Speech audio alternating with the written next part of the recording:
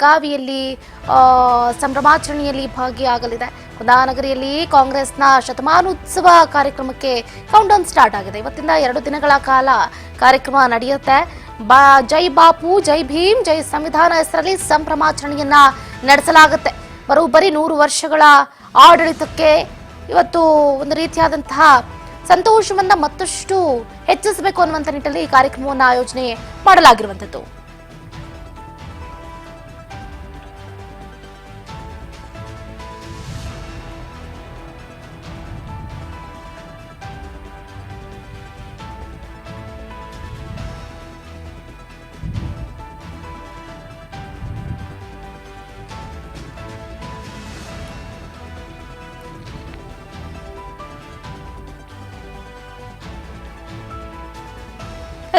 ಬೆಳಗಾವಿಯಲ್ಲಿ 2 ದಿನಗಳ ಕಾಲ ನಡೆಯುವಂತಹ ಕಾಂಗ್ರೆಸ್ನ ಗಾಂಧಿ ಭಾರತ ಶತಮಾನೋತ್ಸವ ಅಧಿವೇಶನಕ್ಕೆ ರಾಹುಲ್ ಗಾಂಧಿ, ಸೋನಿಯಾ ಗಾಂಧಿ, ಪ್ರಿಯಾಂಕಾ ವಾದ್ರಾ ಸೇರಿದಂತೆ ಎಐಸಿಸಿ ಅಧ್ಯಕ್ಷ ಮಲ್ಲಿಕಾರ್ಜುನ್ ಖರ್ಗೆ ಅವರ ಆಗಮನ ಆಗುತ್ತೆ.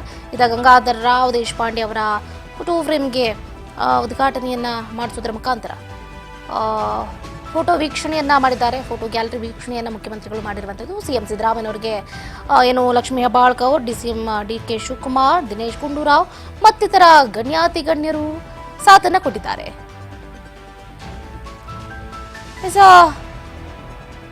100 ವರ್ಷ ಕಾಂಗ್ರೆಸ್ಗೆ ಹರುಷವೋ ಹರುಷ. ಯಾವ ರೀತಿ ಸಂಭ್ರಮಾಚರಣೆಯನ್ನ ಮಾಡ್ತಾ ಇದ್ದಾರೆ ಅನ್ನೋದನ್ನು ಕೂಡ ಗಮನಿಸ್ತಾ ಇದ್ದೀರಾ. ದೊಡ್ಡ ದೊಡ್ಡ ಬ್ಯಾನರ್ಗಳು, ದೊಡ್ಡ ದೊಡ್ಡ ಫ್ಲೆಕ್ಸ್ಗಳು, ಎಲ್ಲೆಲ್ಲೂ ಕಾಂಗ್ರೆಸ್ನ ಈ ಪತಾಕೆನೇ ಹಾರ್ತಾ ಇದೆ. ಐತಿಹಾಸಿಕ ಕ್ಷಣಕ್ಕೆ ಸಾಕ್ಷಿಯಾಗಿದೆ ಕುಂದಾನಗರಿ ಬೆಳಗಾವಿ. ಗಂಗಾಧರ ರಾವ್ ದೇಶಪಾಂಡೆ ಸ್ಮಾರಕ ಭವನವನ್ನ ಉದ್ಘಾಟಿಸಿದ್ದಾರೆ ಮುಖ್ಯಮಂತ್ರಿಗಳು. ಅದಾದ ನಂತರ ಫೋಟೋ ಗ್ಯಾಲರಿಯನ್ನ ವೀಕ್ಷಣೆ ಮಾಡಿದ್ದಾರೆ ಟಗರು.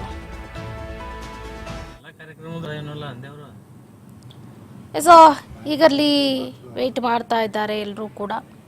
ಕಾಂಗ್ರೆಸ್ನ ನಾಯಕರ ದಂಡೆ ಹರಿದು ಬರ್ತಾ ಇದೆ. ಎಐಸಿಸಿ ಅಧ್ಯಕ್ಷ ಮಲ್ಲಿಕಾರ್ಜುನ್ ಖರ್ಗೆ, ಸೋನಿಯಾ ಗಾಂಧಿ, ರಾಹುಲ್ ಗಾಂಧಿ ಸೇರಿದಂತೆ ಪ್ರಮುಖರು ಅಧಿವೇಶನದಲ್ಲಿ ಇವತ್ತು ಭಾಗಿಯಾಗಲಿದ್ದಾರೆ. ಹಿಮಾಚಲ ಪ್ರದೇಶದ ಮುಖ್ಯಮಂತ್ರಿ ಸುಖವಿಂದರ್ ಸಿಂಗ್ ಸುಖು, ಮಾಜಿ ಕೇಂದ್ರ ಸಚಿವ ಶಶಿ ತರೂರ್, ಕಾಂಗ್ರೆಸ್ನ ಯುವ ನಾಯಕ ಕನ್ನಯ್ಯ ಕುಮಾರ್ ಇವತ್ತು ಬೆಳಗಾವಿಯಲ್ಲೇ ವಾಸ್ತವ್ಯವನ್ನ ಹೂಡಲಿದ್ದಾರೆ. ನಿನ್ನೆನೆ ಬಂದ್ಬಿಟ್ರು ಬೆಳಗಾವಿಗೆ. ಹೇಳಬೇಕು ಅಂತಂದ್ರೆ ಕರ್ನಾಟಕ ವಿಧಾನಸಭೆ ಸ್ಪೀಕರ್ ಯುಟಿ ಖಾದರ್ ಕೂಡ ಬೆಳಗಾವಿಗೆ ಆಗಮಿಸಿದ್ದಾರೆ. ಬಿಬಿಎಂಪಿ ಮಾಜಿ ಮೇಯರ್ ಸಂಪತ್ ರಾಜ್ ನೇತೃತ್ವದ ತಂಡ ಮುಖಂಡರುಗಳಿಗೆ ಸ್ವಾಗತವನ್ನ ಕೋರಿದ್ರು. ಲಂಬಾಣಿ ಹಾಡಿನ ನೃತ್ಯದ ಮೂಲಕ ಇವತ್ತು ಯುವತಿಯರಿಂದ ಸ್ವಾಗತ ಕಾರ್ಯಕ್ರಮವನ್ನು ಕೂಡ ಏರ್ಪಾಟು ಮಾಡಲಾಗಿದೆ. ಜಗಮಗಿಸ್ತಾ ಇದೆ ನೋಡಿ, ಇಂತಹ ದೃಶ್ಯ ವೈಭೋಗ ಇದು. ಗಾಂಧಿ ಭಾರತವನ್ನ ಮತ್ತೊಮ್ಮೆ ಜನ ಸಮೂಹಕ್ಕೆ ಸಾರಿ ಹೇಳಬೇಕು ಅನ್ನುವಂಥ ನಿಟ್ಟಿನಲ್ಲಿ 2 ದಿನಗಳ ಅದ್ಧೂರಿ ಕಾರ್ಯಕ್ರಮವನ್ನು ಸಜ್ಜು ಮಾಡಿದ್ದಾರೆ. ಬರೋಬ್ಬರಿ 20 ಲಕ್ಷಕ್ಕೂ ಹೆಚ್ಚು ಮಂದಿ ಜನರನ್ನು ಸೇರಿಸುವಂತಹ ನಿರೀಕ್ಷೆಯೂ ಕೂಡ ಹೆಚ್ಚಿದೆ. ಒಟ್ಟಾರೆಯಾಗಿ ಬೆಳಗಾವಿ ನಗರದಾದ್ಯಂತ ರಾರಾಜಿಸ್ತಾ ಇವೆ ಕಾಂಗ್ರೆಸ್ನ ಬಾವುಟಗಳು. ಕಾಂಗ್ರೆಸ್ ಅಧಿವೇಶನದ ಶತಮಾನೋತ್ಸವ ಕಾರ್ಯಕ್ರಮ ಪ್ರಯುಕ್ತ ಬೆಳಗಾವಿ ನಗರದೆಲ್ಲೆಡೆ ಕಾಂಗ್ರೆಸ್ ಬಾವುಟ, ನಾಯಕರ ಕಟೌಟ್ಗಳು ಎಲ್ಲೆಲ್ಲೂ ಕಂಗೊಳಿಸ್ತಾ ಇರುವಂಥದ್ದು. ಮಧ್ಯಾಹ್ನ ಎಐಸಿಸಿ ಕಾರ್ಯಕಾರಿಣಿ ಸಮಿತಿ ಸಭೆ ಕೂಡ ಇದೆ. ಇವತ್ತು ಮಧ್ಯಾಹ್ನ 3 ಗಂಟೆಗೆ ಎಐಸಿಸಿ ಕಾರ್ಯಕಾರಿಣಿ ಸಭೆ ನಡೆಸಲಾಗುತ್ತೆ. ಬೆಳಗಾವಿ ಚಿಲಕವಾಡಿಯ ವೀರಸೌಧದಲ್ಲಿ ಎಐಸಿಸಿ ಅಧ್ಯಕ್ಷ ಮಲ್ಲಿಕಾರ್ಜುನ್ ಖರ್ಗೆ ಅವರ ಅಧ್ಯಕ್ಷತೆಯಲ್ಲಿ ಸಭೆಯನ್ನ ನಡೆಸಲಿದ್ದಾರೆ. ಇವತ್ತು ಗಾಂಧೀಜಿ ಅಧ್ಯಕ್ಷತೆಯಲ್ಲಿ ಸಭೆ ನಡೆದಿದ್ರೆ ಇವತ್ತು ಖರ್ಗೆ ಅವರ ಅಧ್ಯಕ್ಷತೆಯಲ್ಲಿ ಸಭೆ ನಡೆಯೋದು ಒಂದು ಕಡೆ ವಿಶೇಷ ಅಂತಾನೆ ಹೇಳ್ಬೋದು.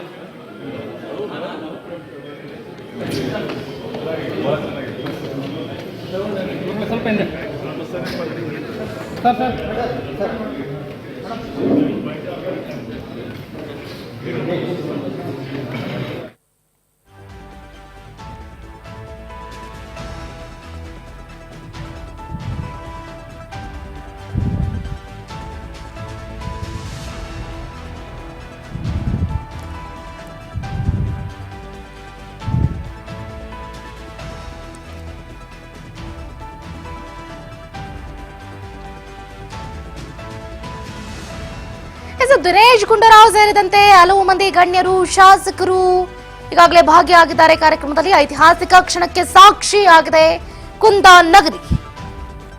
ಗಂಗಾಧರ ರಾವ್ ದೇಶಪಾಂಡೆ ಸ್ಮಾರಕ ಭವನವನ್ನ ಉದ್ಘಾಟಿಸಿದ್ದಾರೆ ಮುಖ್ಯಮಂತ್ರಿ ಸಿದ್ದರಾಮಯ್ಯ.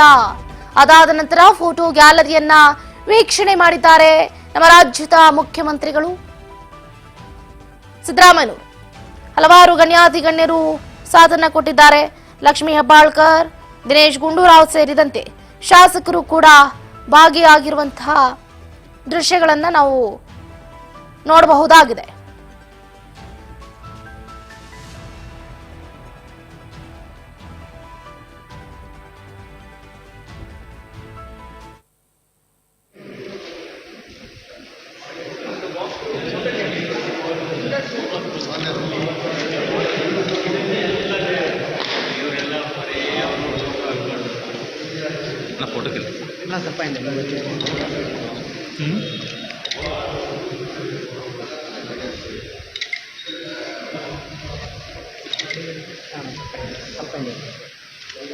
ನಾನು ಸ್ವಲ್ಪ ಇಂದಲ್ಲ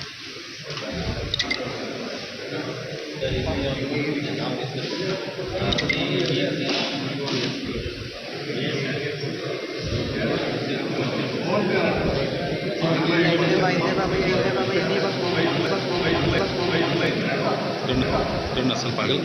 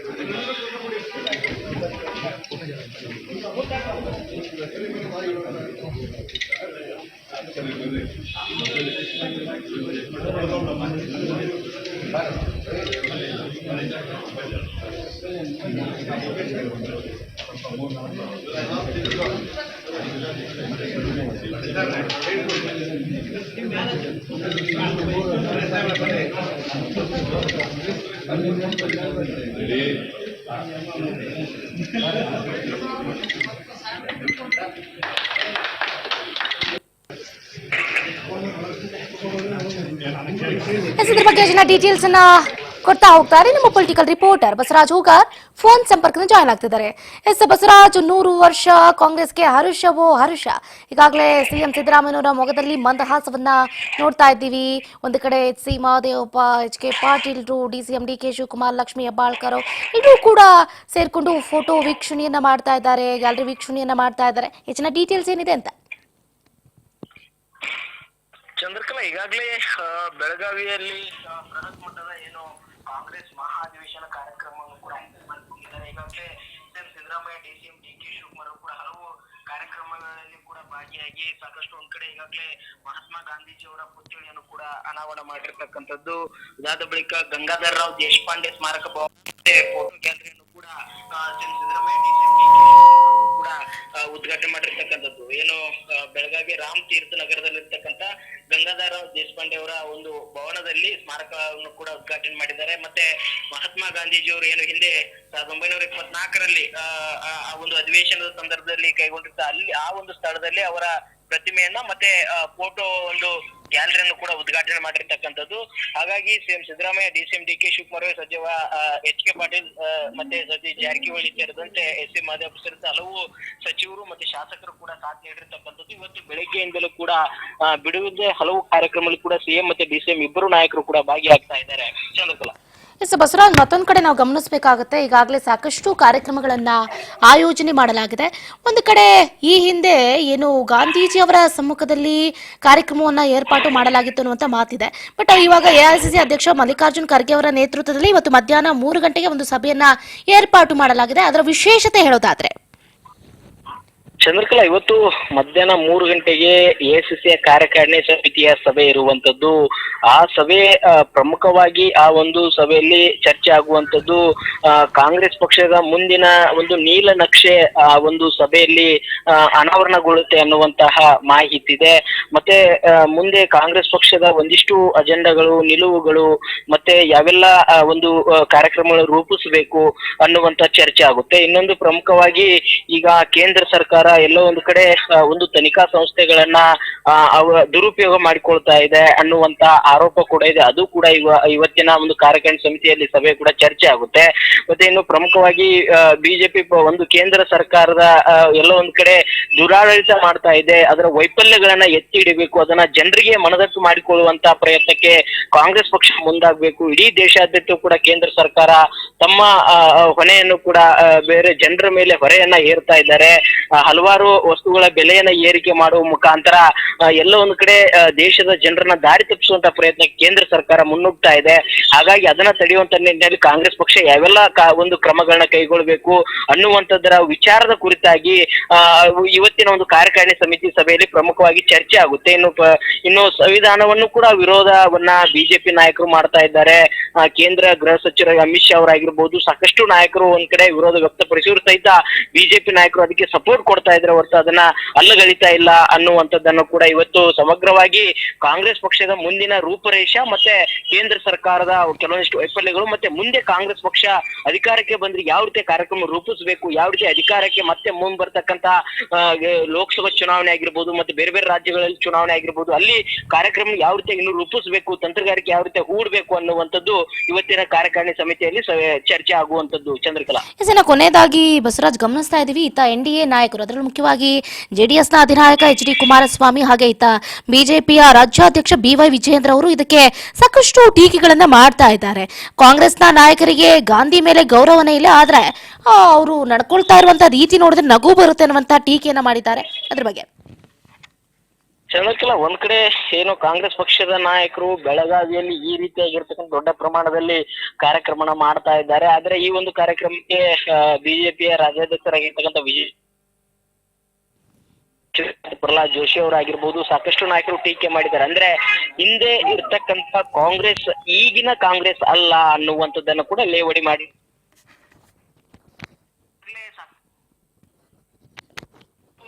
ಬಾಣಂತಿಯರ ಸಾವು ಪ್ರಕರಣ ಆಗಿರ್ಬೋದು, ಯಾವುದನ್ನು ಕೂಡ ಲೆಕ್ಕಕ್ಕೆ ತೆಗೆದುಕೊಳ್ಳಲಾರದೆ ದೊಡ್ಡ ಮಟ್ಟಿಗೆ ಮಹಾತ್ಮ ಗಾಂಧೀಜಿಯವರ ಹೆಸರು ಹೇಳ್ಕೊಂಡು ನಾವೇ ಒಂದು ಸಂವಿಧಾನವನ್ನ ಉಳಿಸ್ತೇವೆ, ನಾವೇ ಮಹಾತ್ಮ ಗಾಂಧೀಜಿಯವರನ್ನ ಬೆಳೆಸ್ತೇವೆ ಅನ್ನುವಂತ ನಿಟ್ಟಿನಲ್ಲಿ ಅವರು ಮುಂದಾಗ್ತಾ ಇದ್ದಾರೆ. ಹಾಗಾಗಿ ನಮಗೂ ಕೂಡ ಸಂವಿಧಾನ ಗೊತ್ತು, ನಮಗೂ ಕೂಡ ಗಾಂಧೀಜಿಯವರ ಬಗ್ಗೆ ಗೌರವ ಇದೆ.